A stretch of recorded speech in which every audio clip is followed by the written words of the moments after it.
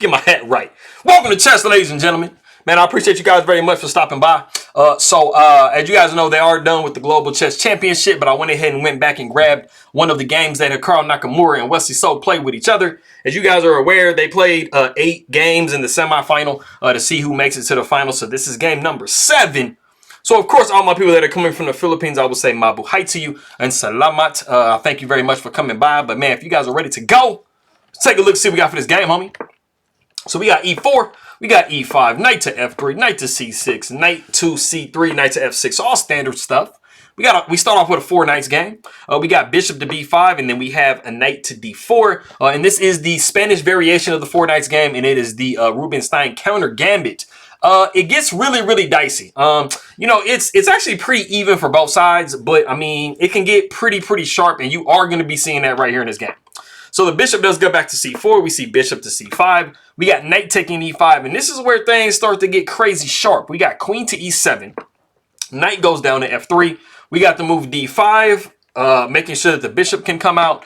After the knight takes on d5, we do see queen to e4 with check. I mean, and there's literally only one move, knight back to e3. And then we have bishop to g4. And I mean, look at the pressure that white is under in this position.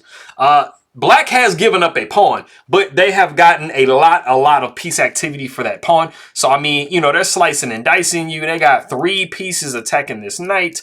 It is not beautiful at all. This bishop really needs to come back to e2, which is what we see in the game. And, I mean, it says everything is very even. But, I mean, if you're white, you got to have a whole lot of nerves of steel to be playing this position, homie, because that's a lot of pressure, dude. So, we do see knight taking e2. Queen taking e2. We got long castles by black. And you guys see what I'm saying. Black has pretty much completed their development completely. They are down the pawn. But, I mean, white kind of has some issues because they are not castle number 1. And then number 2, they still kind of have to do something with their queen side. So they got to get something rolling. Plus, I mean, you have this c2 pawn hit if bishop does take on e3. So in light of that, we do see the move d3. And then we see the novelty of the game, which is queen to e7. And black is definitely breathing much easier. You know, they have a place for their bishop, which is what we see, bishop to d2. After rook h goes to e8, we do see long castles. And white has been able to, you know, kind of unravel themselves from the, you know, the tight box that they were in. So everything is all good in the world. So we do see knight to d5. We got the rook h going to e1, trying to make sure everything is covered. We got queen to d7, and that is sidestepping the queen out of the way, and we are now pinning this knight down. So white does the same thing, queen going to f1, and then we actually see bishop to h5 in the game. Now, some of you guys might be wondering, I mean, can we just kind of like mess up white's pawn structure here? Well, the thing about it is, yes, you can mess up white's pawn structure after bishop takes and then pawn takes. But the thing that you have to do remember is that you are down a pawn as black. So even though you've damaged white's structure a little bit, you know, white still does have a pawn on you. And the queen is going to be probably coming over to g1 or g2, you know, starting to play some threats of their own. And I mean, we're not really worried about trade right here because the pawn is going to take back and we're just doing, you know, a-okay. We still got the pawn. So you have to be remembering that when you want to go damage somebody's structure. So like I said, we do see bishop back to h5. We got king going over to b1. We see the move f6. We got h3, b6, and we got the move g4. Now, we are not worried about that bishop capturing there. You know, queen maybe coming in at some point or something like that, putting a lot of pressure on this knight. So everything is everything now. Bishop does go back to f7. We see knight up to f5. And we're not really too much threatening this pawn because after the knight moves, I mean, the bishop can take here. And so it's just pretty much going to be an even trade. So the knight does go to b4. Bishop takes b4. Bishop takes b4. Rook takes e8. Rook takes e8. And then we do see the move a3. We're like, bro, get your bishop out of here, dude. Like, what is that? Bishop goes back to f8. So now we're just extra taking care of this piece right here. So we do see knight down to d2. We got the move h5. We got the rook over to e1, you know, asking for a trade. The rook does go over to d8, though. As I said before, black is down a pawn, so they're not particularly fond of trading pieces at this particular point. The knight does go to e4. We see king over to b8. We got knight down to c3. We got bishop to e6. And we have a really interesting move, which is basically just a trade if you go into it, is knight down to d4. And if the queen did take here, I mean, you'd just be taking here because, you know, like I said, the bishop is hanging. So you hang a piece, they're hanging a piece. Everything is fairly square. So after the knight does go to d4, we do see the move bishop back to f7. And then now we see rook going up to e4. And we got bishop to g6 and we have rook to h4. And we actually see in the game, pawn takes g4, and then the queen does go to g2. You know, we got a little bit of threats going on here with knight to c6 with check, and that can be some nasties with some discoveries going on. So we don't really want to get into that particularly, especially the queen ending up on a8 with a checkmate. That'd be kind of embarrassing. But backing up, after the rook came to f4, some of you guys might have been wondering, like, wait a minute, can I just go bishop to d6? Doesn't this kind of like mess the rook up? It kind of does, but the queen is going to go g2 anyway. And I mean, these threats are very serious. Because like I said, you don't want the queen to end up on a8 if the king is sidestepped over, because that's just going to be mate. So that's not what happened. But you see what I'm saying? I mean, the knight checks here and the king having to move over. It can get kind of dangerous on a tip like this. Stuff like that. You don't really want all that stuff coming in. So we did see pawn taking g4. After queen went to g2, we saw bishop back to e8. Just making sure we double protect that square. Pawn takes g4, and then now we do see bishop to d6. But you guys see that it's a little bit of a different situation when you go bishop to d6 this time. So the rook does slide over to e4. We got bishop to e5.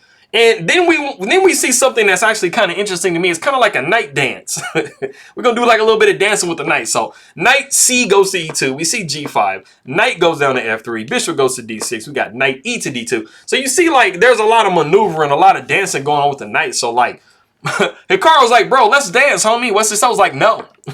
We got bishop to f7. We got knight to f5. Bishop goes to c5. We got knight down to e3, bishop to g6, and then we got the rook over to c4, bishop back to f7. And, you know, Hikaru just says, bro, you know what? I've been dancing with my knights, bro. You're not dancing with me. You're making me mad. I'm just going to take your bishop, son. So he goes rook takes c5, and then we see pawn taking c5. If you're not going to play ball, I'm going to take your bishop with my rook, homie. I just thought that was funny. You saw all the maneuverings with the knight. The knights looked like they were dancing with each other. But something important that you should take away from that, though, is, you know, you do kind of want the knights to be coordinated. Like I always tell you guys, like when you can get knights placed somewhere, when they're coordinated together, they usually end up being a lot better than just having like knights just kind of randomly placed on the board. So the knight does come down to d2. You see the dancing is still going on. We got bishop to d5. And then we do see queen going over to h3. And the thing that you do have to remember, though, too, now everything has kind of shifted. Now, black, you are down in exchange as white. So even though you do have a pawn at the moment, you are down the exchange, what actually kind of shadows over what you got going on. So it's not really beneficial for you to start trading pieces down at this particular point, because you would have rook against a knight, and that is a really, really unfair fight. So we do see bishop back to e6. We got queen to f3. Queen goes down to d4, trying to infiltrate. We do see the move b3. We got bishop back to c8, knight d goes to c4, so you see everything's still coordinated. But we do see the move bishop to b7, and this bishop is actually very, very key, because as you can tell, black has a lot of light square weaknesses around their king, so that's a perfect piece to have.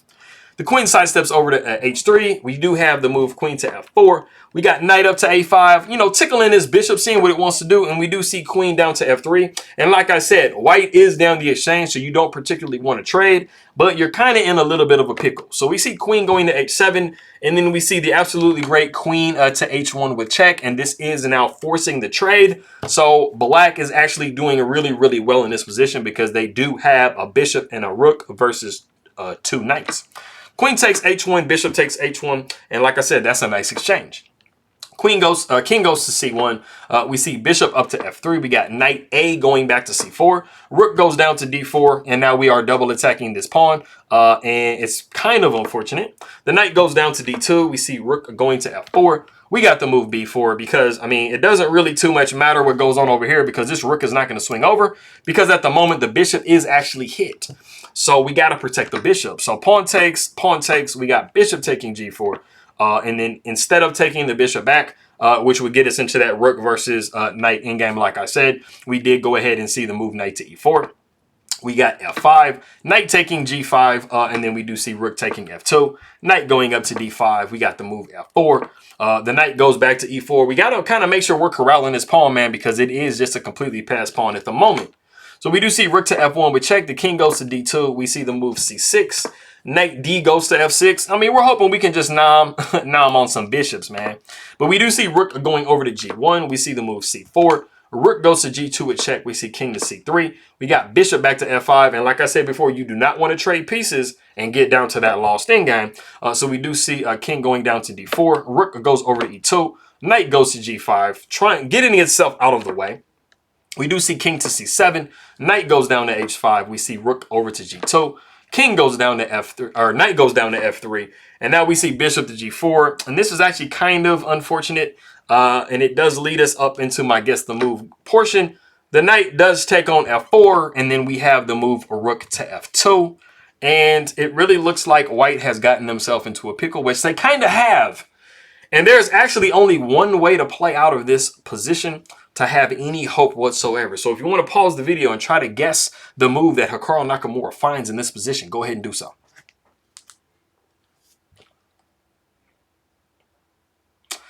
All right, man. So like I said, I mean, black is definitely in the driver's seat of this position, and white only has one move that they can make that, I mean, it doesn't save the position, but it kind of helps you not get demolished bad. And that move is actually knight to e5. And this might look kind of weird because you're like, wait, I'm just going to give up the knight with check? Well, there's a means to an end as far as this position goes. Like I said, there was no other way. So rook takes on f4 with check, and then king comes down to e3, and this is the complete point of the situation because you are attacking this bishop, and you had to go into exactly this. So that is definitely something Hikaru found. You know, of course, if the rook checks here, I mean, you got knight taking, bishop taking, king taking. I mean, you got a really nicely won endgame. But black, Wesley So was like, bro, I'm not doing that, son. We do see rook down to f1, and after the knight takes on g4, we do see the absolutely beautiful maneuver by Wesley So going rook over to b1, and there is no way that you can save this pawn over here. Most importantly, when this pawn drops off the board, you have a completely outside pass pawn, and that is pretty nice. So the king does go to d4. We see rook taking b4. We got king down to c3. The rook goes down to b1. We see king down to c2. We see rook up to b8. We got knight down to f2, and then we see the move a5, and it is in this position that Hikaru Nakamura does resign the game. And like I said, I mean, you have a completely outside pass pawn. You have this rook cutting this king off. This knight is actually very, very slow. As any of you guys that play chess got into an endgame with a knight, I mean, knights are actually very, very slow in an endgame. So they're not like the ideal piece that you want to have in an endgame.